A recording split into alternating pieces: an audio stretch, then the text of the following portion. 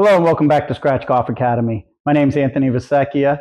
I am a TPI certified golf fitness instructor, and today I want to talk to you about coming over the top or stopping this swing path here, which a lot of times guys leave the club face open, causes the ball to go into a slice and start right, or a duck hook if you close the club face down. So I want to work on that, give you a couple drills based on what could possibly be causing that.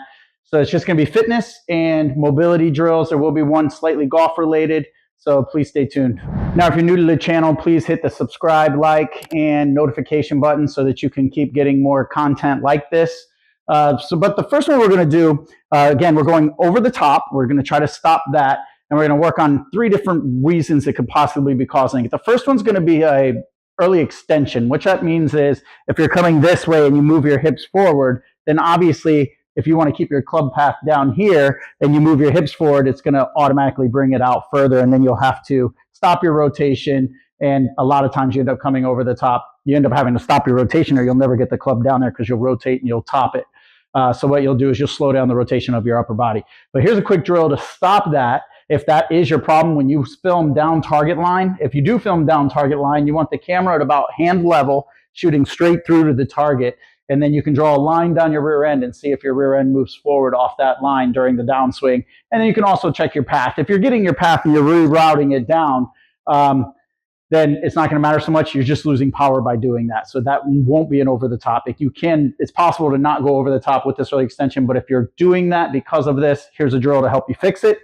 You're going to set up with your golf bag behind you, or you're going to use a bag stand if you're at the driving range or whatever you have. Some people actually will just stick an alignment rod right 2 inches behind their lead heel, and they'll just make sure that they bump that with their lead rear end or the lead back pocket while they're swinging. So they'll just make sure that they touch that each time. That's an easy way to do it if you want to stick an alignment rod in the ground. But if you have a bag, you can set up to the bag, start your backswing right cheek, left cheek, and then you can start taking full swings and make sure that you get there with swinging that way. So this is a quick, easy drill. You can hit balls with it too. I hope you are hitting balls with it to help stop some of that over-the-top motion if it's being caused by an early extension. The next one we're going to do is going to kind of help you get your hands down and coming from the inside.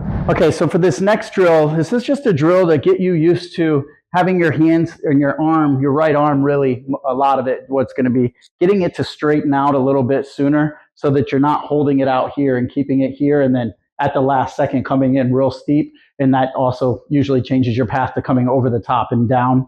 And depending on how you're hitting it, it can send it really high if you hit it steep like that, because the ball will actually go over the club head itself and squirt straight up. Or you can top it if you are also doing that and you actually slide your upper body, you're just going to top it and hit it straight down into the grass. So this drill is going to help with that, getting that arm to straighten out quicker to help you get the club back into the slot. So all I did was take this is a spry, but just a regular handled band, put it over a pull-up bar or anything you can put above you. And if you were to set up just like golf posture here, you're coming down, you can still get your arms out here. So what I want you to do is turn away from it a little bit.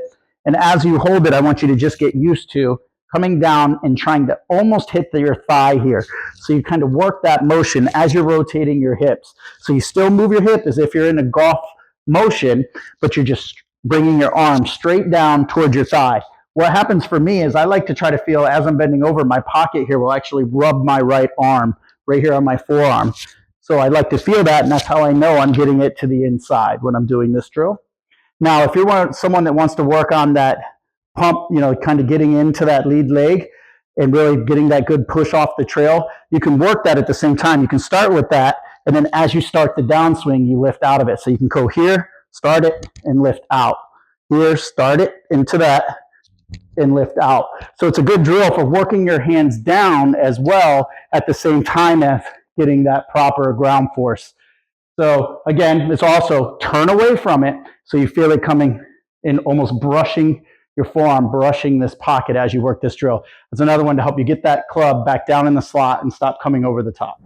Now for your third drill, I just have a furniture slider here of any kind. This is a large one, but it's just a furniture slider. But if you're at home and you don't have something that, you know, your wife or yourself would get mad at you running this up and down the wall or on a door. I'm just using it here because I'm using it against my screen. I would just use a towel on a wall, clean towel, white towel, so you don't put any marks on your wall at home. You can do that, or I would usually say do it on a door because the paint is more of, it's not flat or whatever you may have on your wall. It'll be more of a semi-gloss or satin.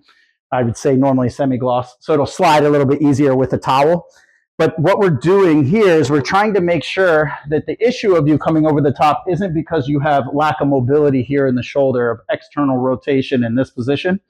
We want to make sure that you can get your arm back in this position so that you can stay here. If you have a problem and you can only get your shoulder back to here, then you're going to be out here and it's going to be hard to mimic that, or you're going to flip the club to try to get it back in the slot and lose some power. So with this drill, it'll help. Let me give you kind of two drills. So first, to warm up the shoulder that you're trying to work on this drill, let's take the club just like this, and we're going to do a figure 4 stretch.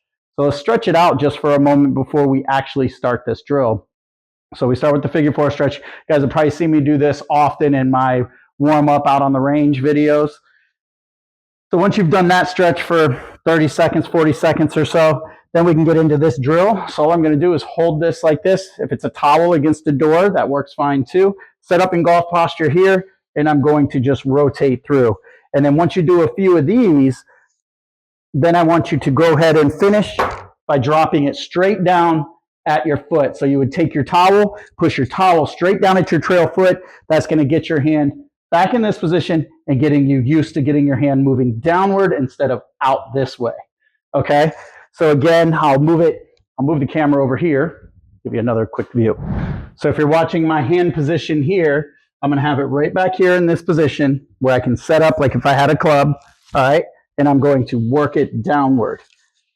Okay? And then after 3 or 4 of these, then I'm going to drop it straight down by my shoe and release my right hand. Now, some of you like to be able to drag through with your left or however you swing. That's fine too. This is just another thing to help you with some mobility in this arm. And if you are right hand dominant, it's going to get that used to dropping down here instead of staying out here like a baseball swing or something. Baseball players, you know, they're here and they kind of keep their arm out this way. It gets you used to dropping it down. So try those 3 drills. That wasn't 3 drills. Try those 3 drills and let me know how they work for you. And we'll keep bringing you more content. Take care, guys.